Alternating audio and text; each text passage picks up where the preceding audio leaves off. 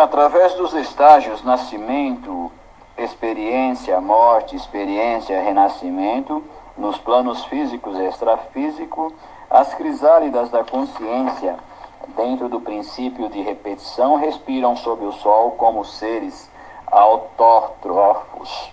No reino vegetal, onde as células nas espécies variadas em que se aglutinam se reproduzem de modo absolutamente semelhante.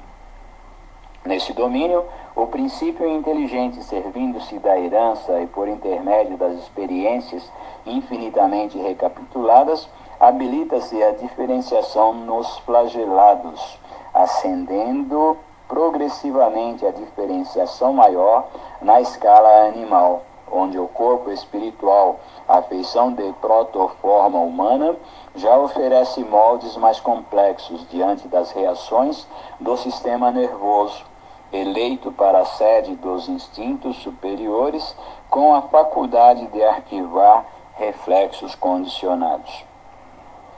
Olha que interessante. Então, os reflexos condicionados nos auxiliaram e muito no princípio.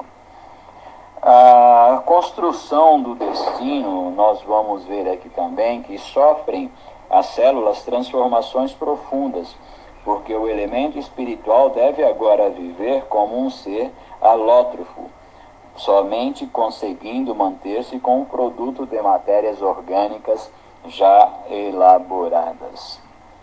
Com a passagem do tempo e sob a inspiração dos arquitetos espirituais que lhes orientam a evolução da forma, avança na rota do progresso, plasmando implementos novos no veículo de expressão. Entre a esfera terrena e a esfera espiritual, adquire os orgânulos particulares com que passa a atender variadas funções entre os protozoários, como sejam os vacúolos pulsáteis para a sustentação do equilíbrio osmótico e os vacúolos digestivos para o equilíbrio da nutrição. Então nós vamos vendo todo o trabalho que é realizado e observar que sistemas constituídos de órgãos que a seu turno são formados de tecidos compostos por células em complicado regime de diferenciação e passando por longas e porfiadas metamorfoses, atinge o reino hominal, em que os gametas se erigem especializados e seguros no aparelho de reprodução, com elementos e recursos característicos para o homem e para a mulher. No imo do centro genésico, entre os aparelhos de metabolismo e os sistemas de relação. Vamos observar aqui como que é interessante. A questão da hereditariedade e afinidade nas épocas remotas, os semeadores divinos guiavam a elaboração das formas, traçando diretrizes ao mundo celular, em favor do princípio inteligente, então conduzido ante a sociedade espiritual, como a criança irresponsável ante a sociedade humana. Todavia, à medida que se lhe alteia o conhecimento, passa a responsabilizar-se por si mesmo, pavimentando o caminho que o investirá na posse da herança celestial no regaço da consciência cósmica. Com os alicerces na hereditariedade, toma a forma física e se desvencilha dela, para retomá-la em nova reencarnação, capaz de elevar-se ao nível cultural ou moral, quando não seja para refazer tarefas que deixou viciadas ou esquecidas na retaguarda.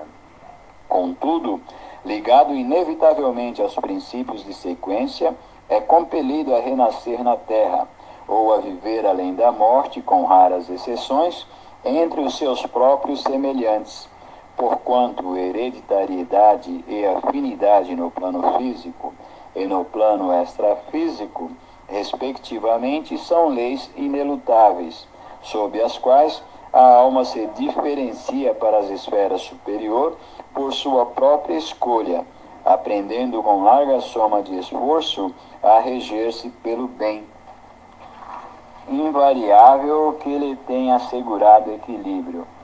Também lhe confere poder sobre os fatores circunstanciais do próprio ambiente, a fim de criar valores mais nobres para os seus impulsos de perfeição.